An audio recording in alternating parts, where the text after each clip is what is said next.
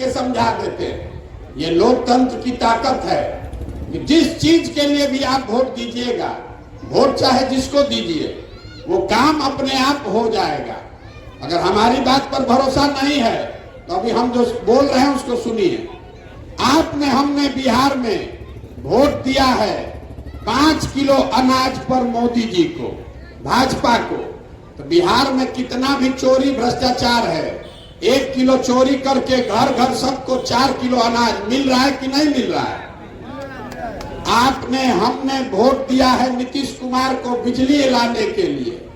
तो बिजली का बिल चाहे 6,000 आवे कि 8,000, घर घर बिजली बिहार में आया है कि नहीं आया है? हमने वोट दिया है जात के नाम पर। तो बिहार में और कुछ काम हो चाहे नहीं, घर घर जात का चर्चा और जात का गिनती हो रहा है कि नहीं हो रहा है? आपने वोट दिया है राम मंदिर बनाने के लिए। तो बिहार में नाली गली रोड सड़क विद्यालय फैक्ट्री बने चाहे नहीं, अयोध्या में राम मंदिर बन रहा है कि नहीं बन रहा है? आपने वोट दिया मोदी जी को सिलेंडर के लिए।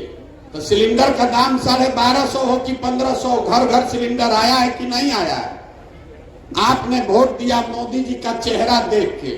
तो आपके बच्चों का चेहरा भले मुरझाया है, मोदी जी का चमकता हुआ चेहरा और खुला हुआ सीना आपको रोज देखने को मिल रहा है कि नहीं मिल रहा है? हमने वोट दिया गुजरात में विकास का कहानी सुन के। तो गुजरात में विकास हो रहा है, फैक्ट्री चल रही है, और आपके बच्चे गुजरात में जाकर मजदूरी कर रहे हैं कि नहीं कर रहे? तो किस चीज पर आपने वोट दिया है जो आपको नहीं मिल रहा? आपने वोट नहीं दिया है अपने बच्चों के पढ़ाई के लिए, आपने वोट नहीं दिया अपने बच्चों के रोजगार के लिए, आपने वोट नहीं दिया अपने फसल के दाम के लिए। इसीलिए वो काम नहीं हो रहा है और इसीलिए हम पदयात्रा कर रहे हैं। आपसे वोट नहीं मांग रहे हैं, आपसे हाथ जोड़कर इतना ही आपको समझा रहे हैं कि मेरे भाई, अगर आप अपने बच्चों के लिए, अपने बच्चों के भविष्य के लिए अगर आप चिंता नहीं कीजिएगा, आप वोट नहीं कीजिएगा, तो कोई नेता कोई दल आपकी और आपके बच्चों की चिंता नहीं करेगा। काहे करेगा भाई? जब आपको अपने बच्चों की चिंता ही नहीं है तो हम और कोई नेता क्यों आपके बच्चे की चिंता करेगा? हम पैदल चल रहे हैं, 150 लड़के दौड़ते हैं, आधा से ज्यादा बच्चों के शरीर पर शुद्ध कपड़ा नहीं है, आपके छोटे छोटे बच्चों के पैर में हवाई चप्पल नहीं है, आपके बच्चे विद्यालय में जा रहे हैं तो पिलुआ वाला खिचड़ी खाकर घर आ रहा है, आपका बच्चा पढ़ लिख के 10,000 12,000 का मजदूरी कर रहा है, लेकिन आपको उसकी चिंता नहीं है। आप तो जाति में उलझे हैं, धर्म में उलझे हैं, कभी नाली गली पर वोट दे रहे हैं, कभी 5 किलो अनाज पर वोट दे रहे हैं, कभी पाकिस्तान के लिए वोट दीजिएगा, कभी पुलवामा के लिए वोट दीजिएगा। तो सुधरेगा कैसे? नहीं सुधर सकता। हमको आदमी कह रहा है कि प्रशांत किशोर आए हैं, भैया आप चलिए, आपके पीछे हम लोग तन मन धन से हैं, आप सुधारिए बिहार को। तो हम आपको बता रहे हैं, जो नेता आता है वो यही कहता है कि हमको वोट दीजिए, हम आएंगे तो सुधार देंगे। मैं आपको बता रहा हूं, एक प्रशांत किशोर आए कि 10 प्रशांत किशोर, बिहार सुधरने वाला नहीं है। जब तक आप नहीं सुधरिएगा, अपने बच्चों के लिए आप नहीं खड़े होइएगा, तब तक कोई बिहार को नहीं सुधार सकता। हम गांव में चल रहे हैं, 2500 गांव में पैदल चल के गए हैं पिछले 7 महीनों में। गांव में आदमी कह रहा है मुखिया जी बड़ा चोरी करता। अरे मेरे भाई, 500 रुपया लेकर मुखिया को वोट दीजिएगा आप, मुर्गा भात खा के वोट दीजिएगा आप, पाउच पी के वोट दीजिएगा आप, तो मुखिया जी आकर हरिश्चंद्र बनेंगे, चोरे में कर बनेंगे भाई। आप 500 में अपना ईमान बेच रहे हैं, मुखिया 10,000 में बेच रहा है, इसमें गलत क्या है? जब 500 में आप ही तो अपना ईमान बेच रहे हैं, 500 में आप अपने बच्चों का भविष्य बेच रहे हैं, तो मुखिया आकर 10,000 रुपया ले रहा है तो कोई गलती नहीं कर रहा है। आप सुधरिए, यही बताने के लिए चले। आदमी कह रहा है क्या करे भैया, बिहार में विकल्प नहीं है।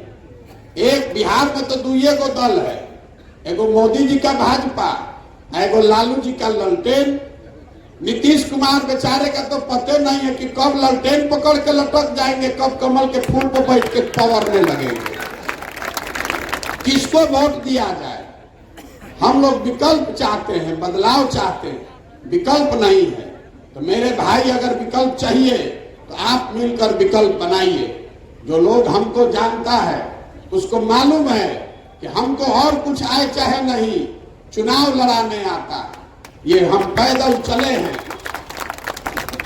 इस प्रयास में कि गांव, शहर, कस्बा, देहात से जैसे आप दही को मथ के मक्खन निकालते हैं, वैसे समाज को मथ कर ऐसे लोगों को निकालने चले हैं जो अपने और अपने बच्चों के लिए नई व्यवस्था बनाना चाहते हैं। आपके पास पैसा नहीं है तो कोई बात नहीं है, आप गरीब हैं कि अमीर हैं, अगड़ा हैं कि पिछड़ा हैं, आप हिंदू हैं कि मुसलमान हैं, महिला है, पुरुष है, हमको उससे कोई फर्क नहीं है। आप में जज्बा होना चाहिए। अगर आप समझते हैं कि आप में वो ताकत है, समझ है, आप में वो जज्बा है कि आप बिहार में नई व्यवस्था बनाना चाहते हैं, तो आइए, इससे जुड़िए, हमारे पीछे मत चलिए, हमारे साथ चलिए, हमारे आगे चलिए। आपके पीछे पूरी ताकत, शक्ति, पैसा, व्यवस्था सब लगाएंगे और जनता के आशीर्वाद से आपको जिता कर लाएंगे। तभी बनेगा जनता की सरकार। इसका नाम क्या है? जन सुराज। सुराज मतलब सुंदर राज। किसका सुंदर राज? आपने सबका राज बनाकर देख लिया। आपने कांग्रेस का राज देखा, लालू, नीतीश, मोदी को देखा। अब अगर प्रशांत किशोर का राज बनाइएगा तो फिर धोखा खाइएगा। हम भी आपके बच्चों की चिंता नहीं करेंगे। अगर आपको अपने बच्चों के लिए बेहतर भविष्य बनाना है तो जनता की सरकार होनी चाहिए, आपकी सरकार होनी चाहिए। इसीलिए ये प्रयास कर रहे हैं। अब आप बताइए कि प्रयास होना चाहिए कि नहीं होना चाहिए? आप में से कुछ लोग ऐसे हैं जो कह रहे हैं कि भैया कोई एक आदमी सुधारेगा। तो 14 में भाई साहब मोदी जी आए थे, 14 में मोदी जी का प्रचार हम ही कर रहे थे। जो लोग बिहार में, यूपी में मोदी जी का नाम नहीं जानता था, आज हमसे झगड़ा कर रहा है कि तारा बुझात नहीं थे, मोदी जी से ही देश के कल्याण हुई। तो भाई मेरे, मोदी जी के आने से बिहार का कल्याण हुआ कि नहीं, इसको छोड़ दीजिए। मोदी जी के आने से बिहार में बच्चों को रोजगार मिला कि नहीं, इसको भी छोड़ दीजिए। 9 बरस से मोदी जी प्रधानमंत्री हैं और जितना यहाँ मोदी जी के भाजपा के वोटर सपोर्टर हैं, आपको खुली चुनौती दे रहे हैं। 9 बरस से मोदी जी प्रधानमंत्री हैं। 9 बरस में मोदी जी ने बिहार के विकास के लिए अगर एक बैठक किया है, आप हमको उसका प्रमाण दिखा दीजिए। हम कल से उनका झंडा लेकर चलने को तैयार हैं। 40 एमपी में 39 को हम लोग जिता कर भेजे हैं। एगो बैठकों भर वोट नहीं दिए हैं हम लोग। अरे 26 एमपी का राज्य है गुजरात, तो सारा विकास गुजराते में, और 40 में 39 को एमपी जिताए हैं हम लोग बिहार में। तो हम लोग को एगो पैसेंजर भी नसीब नहीं हो रहा है। गुजरात में चली बुलेट ट्रेन, अब बिहार के आदमी को पैसेंजर भी नहीं मिलेगा। तो ये दुर्दशा किसने बनाई है?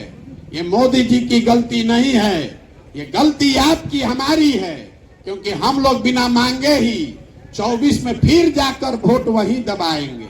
और आप दबाइएगा तो आपके बच्चे जाकर गुजरात में मजदूर नहीं बनेंगे तो मालिक बनेंगे। यही बताने के लिए चले।